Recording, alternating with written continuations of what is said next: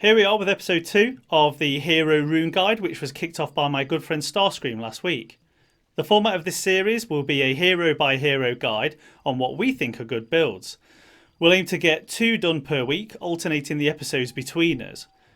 Remember that this is not a definitive guide. The nature of runes means that you can configure the heroes to your needs, and these videos are about what we think will work well. We heard your feedback on the last video that Starscream did.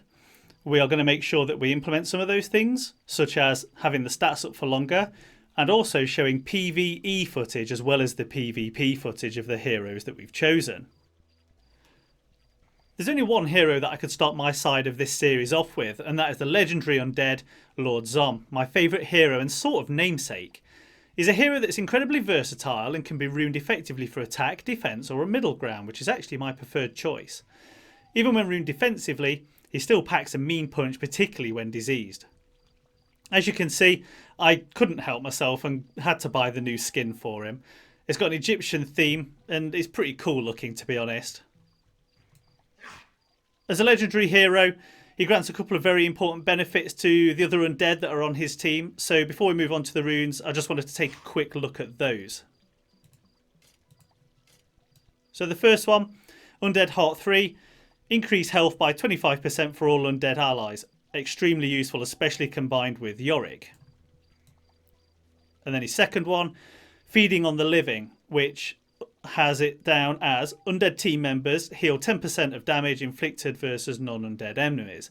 So these two abilities really do help sustaining the team and maintaining their health whilst you're fighting very difficult dungeons, whether that be on lower levels at campaign mode or higher levels on boss mode and boss island.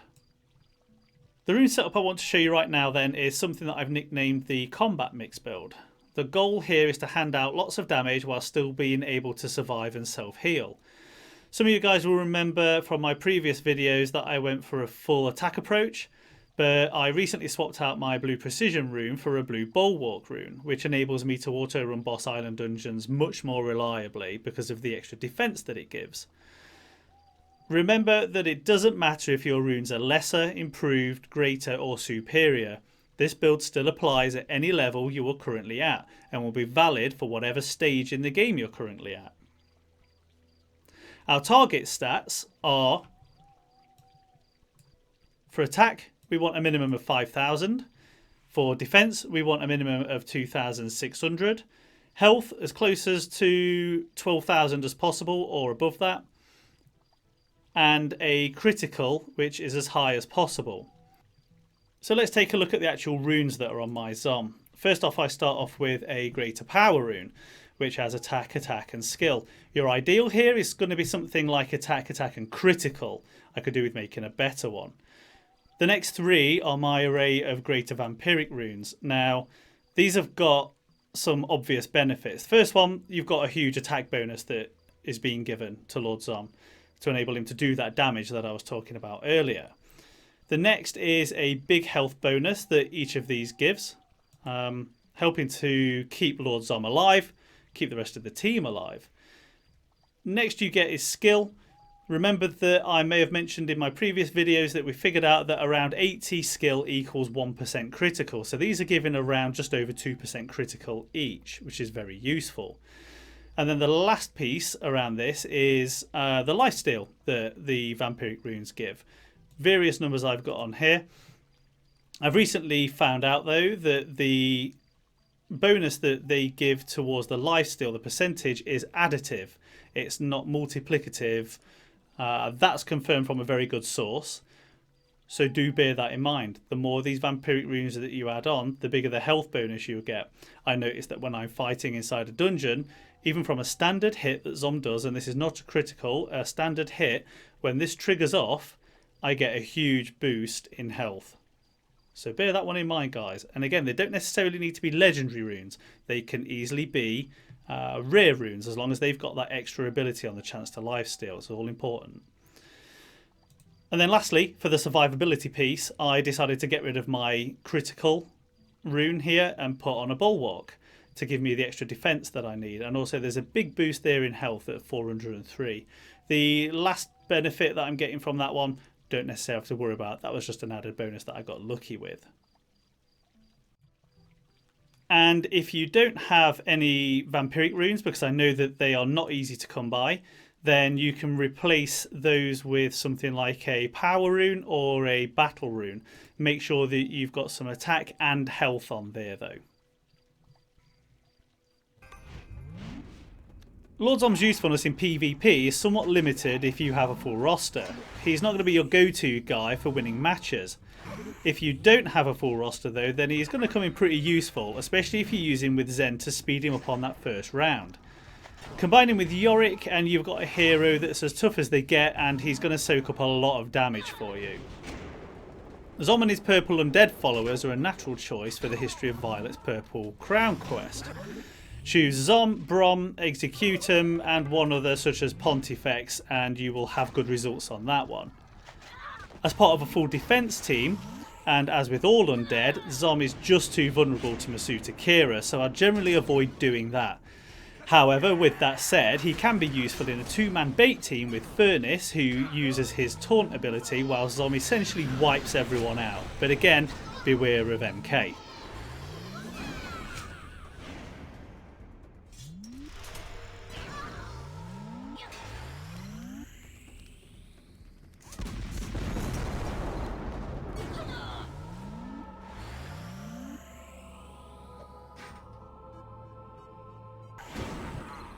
And finally, his use in PvE is where he has the most value.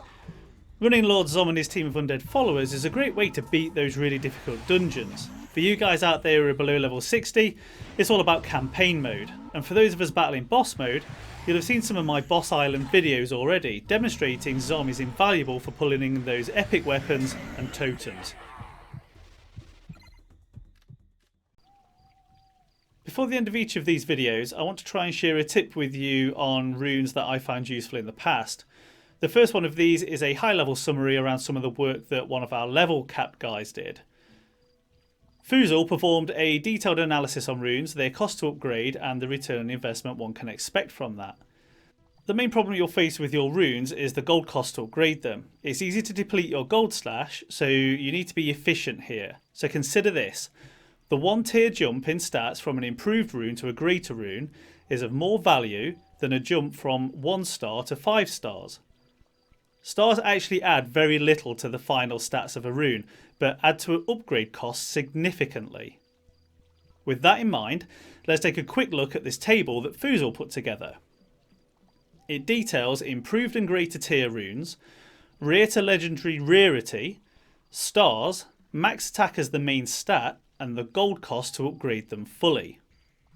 What we're interested in here then are the stars of the rune, the gold cost to upgrade, and the difference between the main stat values. So if we take the improved legendary 3 star highlighted in green and compare it to the improved legendary 5 star highlighted in red, you can see the difference in cost to upgrade them, which is around 2.5 million gold. That's a significant sum when you consider the difference between the max stats on those two runes. Paying 2.5 million gold for 34 points of attack doesn't represent a good return on investment. So do try and bear this in mind when you're next re-rolling a crafted rune or considering whether or not to spend some gold on upgrading a looted rune. As I say, this is a high level overview of just a small part of the work that Foozle did. The rest of his analysis goes into a great amount of detail and can be found on the Dungeon Boss forums. I'll include a link to it in the comments section below, so do make sure you go along there and check it out. I hope you guys enjoyed this episode. The next will be on Starskream's channel, so make sure you head on over there and subscribe. As for which hero we'll do next, well, that's down to you to decide. Leave comments below on what you'd like to see and we'll make it happen. If you have any feedback on how we can improve these videos, then again leave comments and we'll ensure that we take that on board. If this episode helped you out, then please subscribe, like and share the video, and I'll see you next time.